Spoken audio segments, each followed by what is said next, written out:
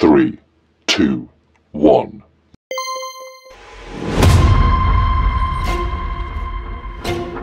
ৰূপেশৰ ককাইদেউ ঘৰলৈকে যাওঁ, তাতে আলিকেইটা দিওঁগৈ।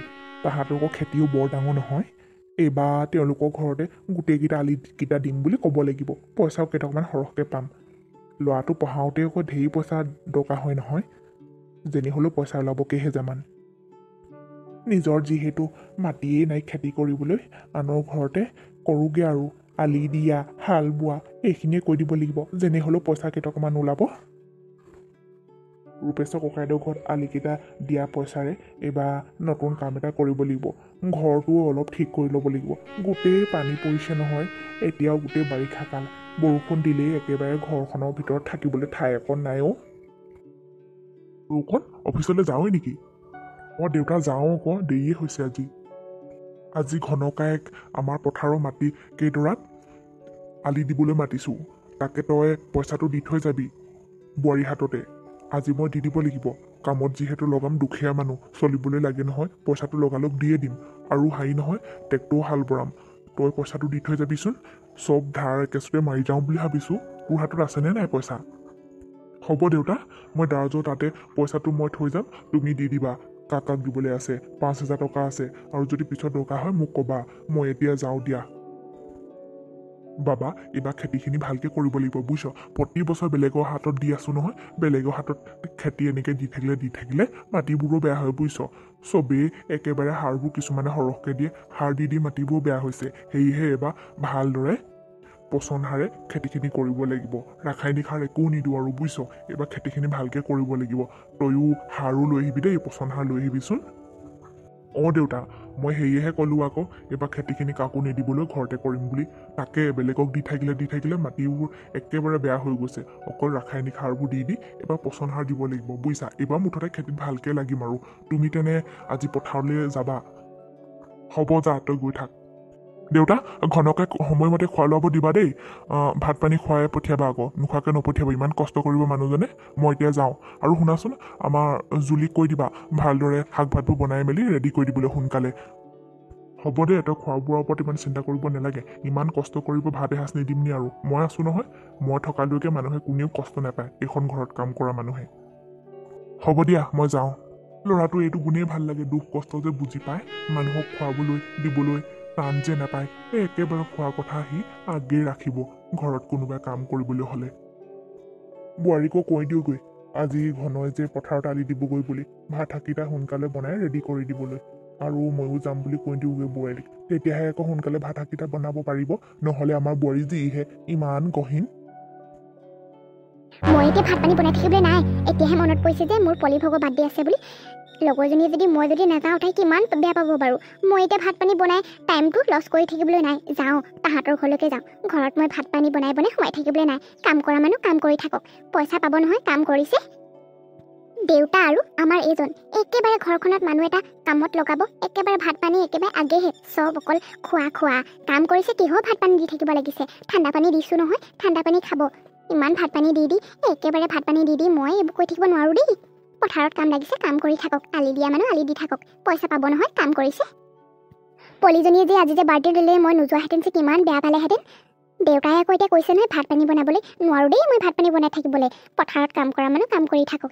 এতিয়া আৰু খেতিটো কৰিবলৈ লৈছেহে, পাৰিমেই আৰু ভাত পানী বনাই খুৱাই থাকিব মানুহবোৰক। কাম কৰা মানুহ কাম কৰিছে, পইচা দিম। আৰু কিহৰ ইমান খুৱাই থাকিবলৈ? যাওঁ মই বাৰ্থডেলৈকে যাওঁ, বাৰ্থডেকে খাওঁগৈ। ঘৰত থাকিবলৈ নাই মই। পথাৰৰ গোটেইকেইটা আলি দি শেষ কৰিলোঁ। এতিয়া যাওঁ, বৰ ভোক লাগিছে অ'।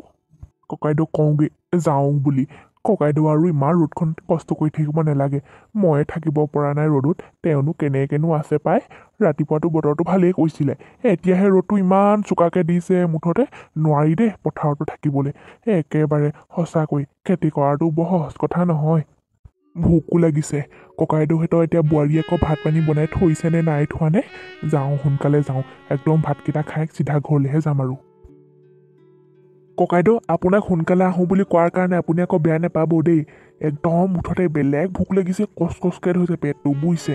তাকে বোলো আৰু কাম কৰিব নোৱাৰোঁগৈ আৰু বুলি ভাবিলোঁ। সেইকাৰণে আপোনাক আহোঁ বুলি ক'লোঁ আকৌ।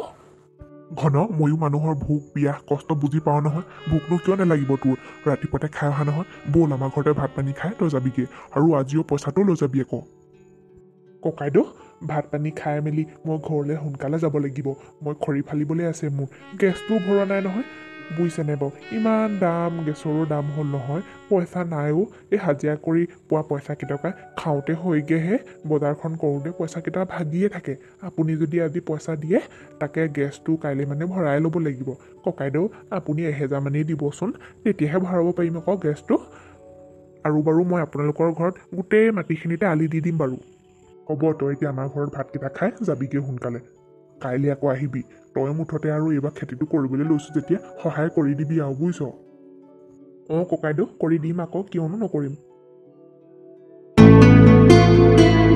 আজি যদি পলি ঘৰত বাৰ্থডে খাবলৈ নোযোৱাহেঁতেন কিমান বেয়া পালেহেঁতেন বাৰু পলিয়ে এতিয়া খালোঁ বালো অলপ শুই থাকোঁগৈ এতিয়া আৰু কাম কৰিবলৈ একোৱেই নাই নহয় বোৱাৰী পথাৰৰ পৰা আহিলোঁ যোৱা ভাতকেইটা বাঢ়ি দিয়াগৈ ঘনৰো বোলে বৰ ভোক লাগিছে ঘনকাই ভোক লাগিছে যোৱা সোনকালে বাঢ়ি দিয়াচোন বেচেৰাটোৱে ৰ'দত কিমান কাম কৰি আছে বাৰু বুজিছা গোটেই আজি আলিকেইটা দি শেষ কৰিলে আৰু 5 বিঘা মানতহে দিবলৈ আছে সিও শেষ কৰি দিব সোনকালে তুমি ভাতকেইটা বাঢ়ি আনি দিয়া দেউতা মই ভাত বনোৱা নাই দেই মই এতিয়া লগৰ পলিৰ ঘৰৰ পৰা ভাত দেখাই আহিছোঁ মই এতিয়া ভাত চাত বনাবলৈ নাই আৰু মই বনোৱাও নাই ভাত বোৱাৰী মইতো কৈয়ে গৈছিলোঁ ভাত পানী বনাই আজৰি হৈ থাকিবা বুলি তুমি এতিয়া তেনেকৈ কৈছা যে দেউতা কোনো দৰকাৰ নাই পইচা দিছে আৰু ভাত পানী খুৱাই থাকিবলৈ দৰকাৰ নাই নহয় মানুহক ঘনকাই এতিয়া আমাৰ ঘৰত কাম কৰিলে আৰু তাৰ বাবদতো তেওঁ পইচা পাব কিহৰ দৰকাৰ ভাত পানী খুৱাই থাকিবলৈ বোৱাৰী এইখন ঘৰৰ সংস্কাৰ তুমি পাহৰি নাযাবা এইখন ঘৰত তেনেকুৱা মানুহক ব্যৱহাৰ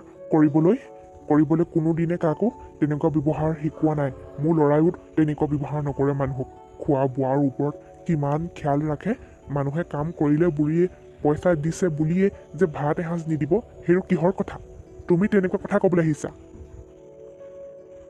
দেউতা আপুনি কিন্তু তেনেকুৱা কথা নক'ব পইচা পাতি দিছে মানুহক ইমান দৰকাৰ নাই নহয় ভাত পানী খুৱাই থাকিবলৈ আকৌ কিহৰ দৰকাৰ কাম কৰিছেতো পইচা পাইছেই পানী টোপাটো খাবলৈ পাইছে আকৌনো কিহৰ ভাত দি থাকিব লাগিছে ককাইদেউ হ'ব দিয়ক তো বোৱাৰী ঠিক কথাই কৈছে আপোনালোকে মোক পইচা দিছে আৰুনো কিহৰ ভাত দিব লাগিছেনো হ'ব মই ঘৰতে ভাত খাওঁগৈ ককাইদেউ মই যাওঁ দিয়ক আপোনালোকৰ ঘৰলৈ আকৌ কাইলৈ বাৰু আলি দিবলৈ আহিম ভাত পানী কথা আছে আপুনি চিন্তা নকৰিব বোৱাৰীয়ে বনাবলৈ টান পাইছে নালাগে ইমান গৰমখনত বোৱাৰীয়েনো কিহৰ কষ্ট কৰিব লাগিছে মই কাইলৈৰ পৰা আহিলে টিফিন এটা লৈ আহিম ঠাণ্ডা ভাত কেইটামানকে আলু পুৰি পেলাই লৈ আহিম ককাইদেউ মই এতিয়া গৈ থাকোঁ ধন তই কিন্তু তেনেকুৱা কথা নকবি এইখন ঘৰত ভাল সংস্কাৰ লৈ মোৰ ল'ৰা জন্ম হৈছে মোৰ ল'ৰাক ভাল সংস্কাৰ দি মই ডাঙৰ দীঘল কৰিছোঁ মাকেও ঢুকাই গ'ল কিন্তু মানুহক তেনেকুৱা ব্যৱহাৰ কৰা নাছিল যে মানুহে কাম কৰিছে বুলিয়ে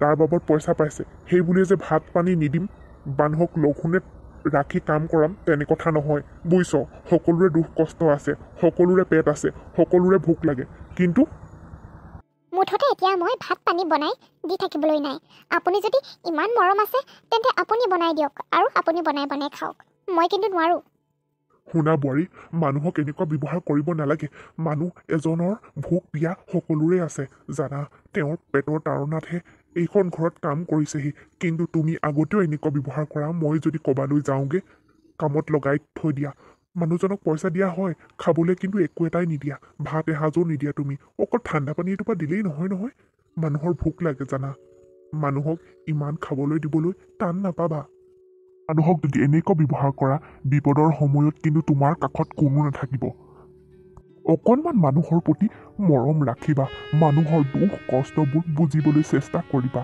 চোৱাচোন ঘনকায়ে ইমান ৰ'দত পথাৰত আলি দিছেগৈ তুমিতো ঘৰৰ ভিতৰতহে আছা আৰু তুমি নিজে পাৰ্টি খাই ফুৰিছা কিন্তু অলপো তোমাৰ এই মানুহজনৰ প্ৰতি অলপো তোমাৰ দয়া নাইনে ইমান ৰ'দত কষ্ট কৰি আছেগৈ তুমি মোৰ হাতত মোনাটোত কি দি গৈছা মাত্ৰ ঠাণ্ডা পানী বটল এটা তুমিতো কমচে কম কিবা এটা খাবলৈ দি পঠিয়াব পাৰা মই ইমান আশাৰে মানুহজনক লৈ আহিছোঁ যে আমাৰ ঘৰত ভাত খাবলৈ বুলি কিন্তু তুমি ভাত বনোৱা নাই বুলি কৈছা চোৱাচোন কিমান দুখৰ কথা মানুহক জানো তেনেকুৱা ব্যৱহাৰ কৰিব লাগে নালাগে তুমি ভাত পানী বনাই দিব মই ঘনকাইক ভাত পানী খুৱাই ঘৰলৈ পঠিয়াম তোমাৰ হাতেৰে আৰু আজিৰ পৰা মই ভাতো নাখাওঁ মানুহক তুমি এনেদৰে ব্যৱহাৰ কৰিব পাৰা মানুহৰ দুখ কষ্ট বুজি নোপোৱা এনেকুৱা এজনী মোক বোৱাৰী নালাগে এনেকুৱা এজনী বোৱাৰী নালাগে মোক যি মানুহৰ প্ৰতি এনেদৰে মানুহক এনেকুৱা ব্যৱহাৰ কৰিব পাৰে মানুহৰ প্ৰতি মৰম নাই ভাত এসাঁজ দিবলৈ ইমান টান পায়